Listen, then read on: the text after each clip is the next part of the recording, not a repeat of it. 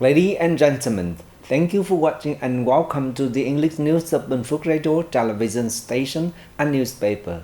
I'm Binh and following are the headlines as usual. Binh Phuoc posts average economic growth of 8.3% in the last 3 years. Binh Phuoc granted more planting area credits for durian nationwide. Prime Minister chair government monthly meeting. National Assembly chairman paid a walking visit to Khánh Hòa province. Resort real estate market show positive signs. And now other detail. Ladies and gentlemen, Binh Phuoc has demonstrated a strong sense of unity and solidarity in achieving economic and social development goals in recent time. It has achieved remarkable outcomes as a result, with one notable highlight being consistently high economic growth. Binh Phuoc's economic growth were 8.34% in 2023, surpassing the plan. Over the past 3 years, therefore, the province has recorded average economic growth of 8.03%. Strong recovery and development have been seen in various sectors and fields. That also reflects the clear efforts and resilience of different levels, sectors, and local units in fulfilling their assigned political tasks. It acts as a foundation for Binh Phuoc to continue its upward trajectory, aiming to achieve the targets set in the resolutions from the 13th Party Congress and the 11th Provincial Party Congress. Binh Phuoc province will have 97 exemplary village elders during the 2023-2027 period, with 7 new cases added in the districts of Lộc Ninh, Bù Gia Mập, and Đồng Phú. Under regulations, exemplary village elders have the responsibilities to disseminate information to fellow community members about the local, national, and international political and social-economic situation, particularly concerning ethnic group policies and ethnic affairs. They are also tasked with mobilizing ethnic minority communities and the general public to preserve and promote their cultural identity, eliminate backwards and harmful customs and practices, and guide and assist local ethnic communities in actively participating in productive work to reduce poverty. Exemplary village elders also serve as a bridge to obtain the legitimate thoughts, desires, and urgent requests of the community and propose the concerns to local authorities for attention and resolution. They also explain, promote, and mobilize community members to actively and proactively participate effectively in the implementations of ethnic policies in the area. Exemplary village elders enjoy specific policies, including information provision, training, knowledge enhancements, study tours, learning opportunities, and the exchange of experience inside and outside of the province. They receive material support and encouragement, such as visits, gifts on traditional Vietnamese festivals and ethnic festivals, support for fuel expenses for transportation, and health insurance costs. Data from the General Customs Administration of China reveal that Binh Phuoc province has been allocated an additional 27 planting area credits for durian cultivation, covering an area of 701.5 hectares with a yield of 14,030 tons per hectare.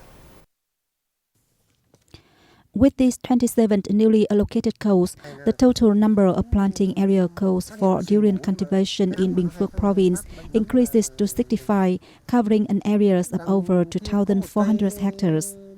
Binh Phuoc also has the most planting area codes for durian cultivation in the country. There are 75 planting area codes for durian cultivated in the locality for export, covering an area of over 4,500 hectares. Of these, 74 codes are designated for the Chinese market and 1 each for markets such as the US, Australia, Japan, the Republic of Korea, the EU, and New Zealand. The province also has 7 packaging facility codes, including 4 banana facilities and 3 durian facilities, with average daily production ranging from 40 to 160 tons per facility. The Binh Phuoc Department of Agriculture and Rural Development will continue to collaborate with localities to guide units that have been allocated planting area codes for cultivation and packaging to strictly adhere to regulations in order to maintain their codes.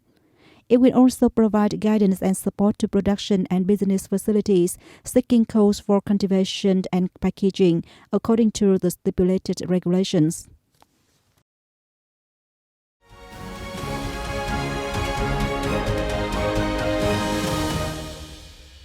Ladies and gentlemen, Prime Minister Phạm Minh Chính on March the 2nd chairs a monthly meeting with the government. We have more in the following report. Participants said, Vietnam saw a continuous recovery trend and positive socio-economic results across all fields in February and the first 2 months of this year. The macroeconomy was kept stable, inflation reigned in and all major balances of the economy ensured, they added. Addressing the meeting, Prime Minister Truyền said that so far this year, the government has focused on directing the drastic implementation of set tasks and targets.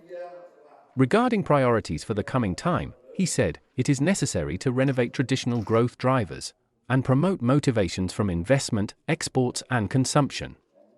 He also stressed the need for active and flexible management of monetary policies, with close and harmonious coordination with fiscal policies. Along with boosting the growth of key sectors, it is crucial to speed up the disbursement of public investment capital, striving for a rate of 95% for this year, he said. Particularly, the Prime Minister ordered stronger efforts in administrative reform and removing difficulties facing production and business activities.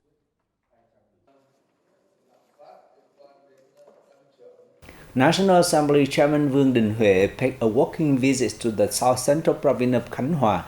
More details are in the following report. On March 2nd, Chairman Huệ had a meeting with Standing Committee of the Khánh Hòa Provincial Party Committee.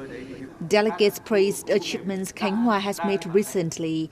They suggested the province focus on implementing strategic breakthroughs regarding institution, infrastructure development and human resources, as well as promoting e-government and digital transformation. Addressing the meeting, Chairman Huệ lauded efforts of the Provincial Party Committee and authorities in achieving socio-economic goals in 2023, especially its accomplishment of 20 over 22 planned targets.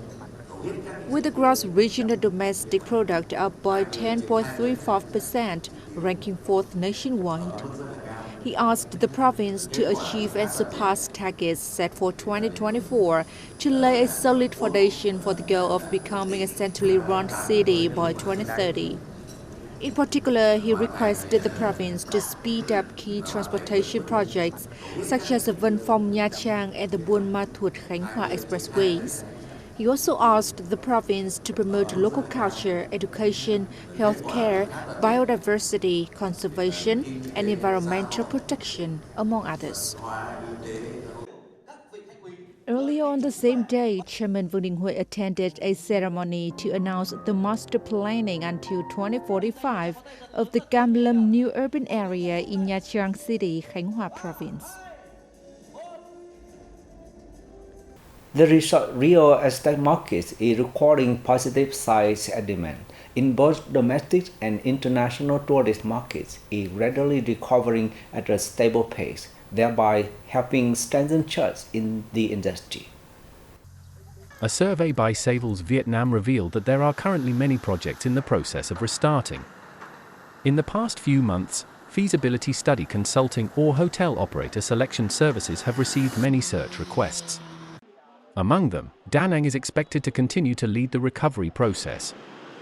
The trend of wellness resorts integrated with models, such as onsen or medical tourism, is increasingly being developed by investors. In addition, the luxury segment continues to receive huge attention from investors.